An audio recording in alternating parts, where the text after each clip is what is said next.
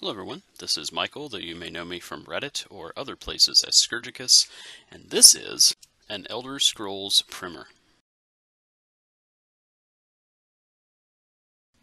Today we're going to be talking about the history of Tamriel. Now the history of Tamriel is pretty long, at least 8,500 years, and even in a brief attempt to talk about that is going to take much longer than the time we have. So what I'm going to try to do is set up the history as a way to give context to the games, which is what we're going to talk about next week. The history of Tamriel really breaks down into 6 eras, and we've already spent a good deal of time talking about the first, the Dawn Era, which is the period of creation. The Merethic Era was defined by the breaking of Aldmeris, which I've suggested before was an idea more so than a continent. The elves separated into different peoples and eventually spread across the whole of Tamriel, conquering as they went. Many of the human races were enslaved by the elves, and in modern-day Cyrodiil, the Ayleids, or Heartland High Elves, were known to commit horrible atrocities against humans. All of this changed with the coming of the Nords from Atmora, and while the elves and the Nords lived in peace for a time, it was a peace that would not last.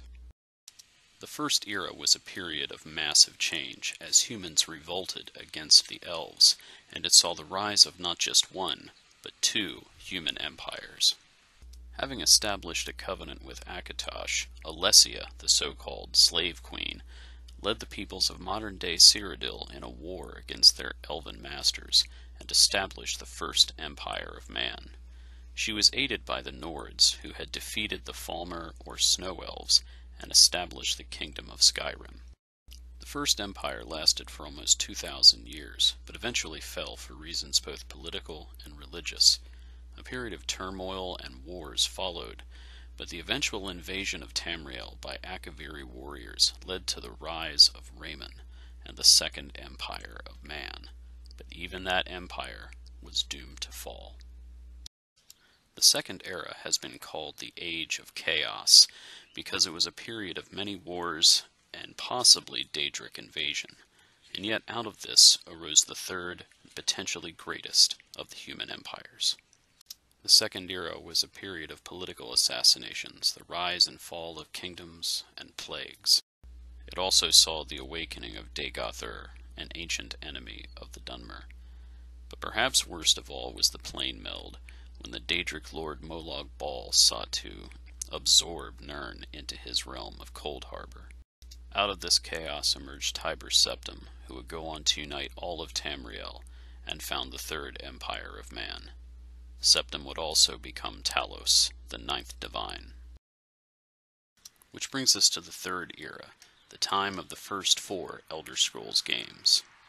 In a little over 400 years, the Third Era saw the kidnapping of an emperor, wars and territorial disputes, the deaths of god kings, and the ending of the Septim line.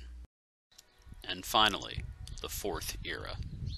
The Fourth Era opened with the destruction of Wherein and the ascendance of the Thalmor, a high elven political faction with a radically anti-human philosophy. In just 200 years, the Fourth Era has seen an undead army ravage Blackmarsh, Morrowind, and Cyrodiil. It has seen a great war between the Thalmor and the empire of Titus Mede, and the return of the dragons.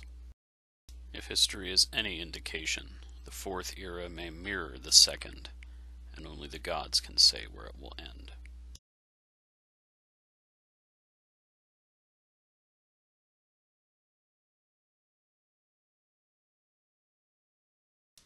Well, this has been a brief history of Tamriel. We're doing it outside today because it seems like spring has finally shown up in Pennsylvania. If you have any thoughts or questions, please feel free to leave them in the comments section. And this has been an Elder Scrolls primer. Thanks for watching.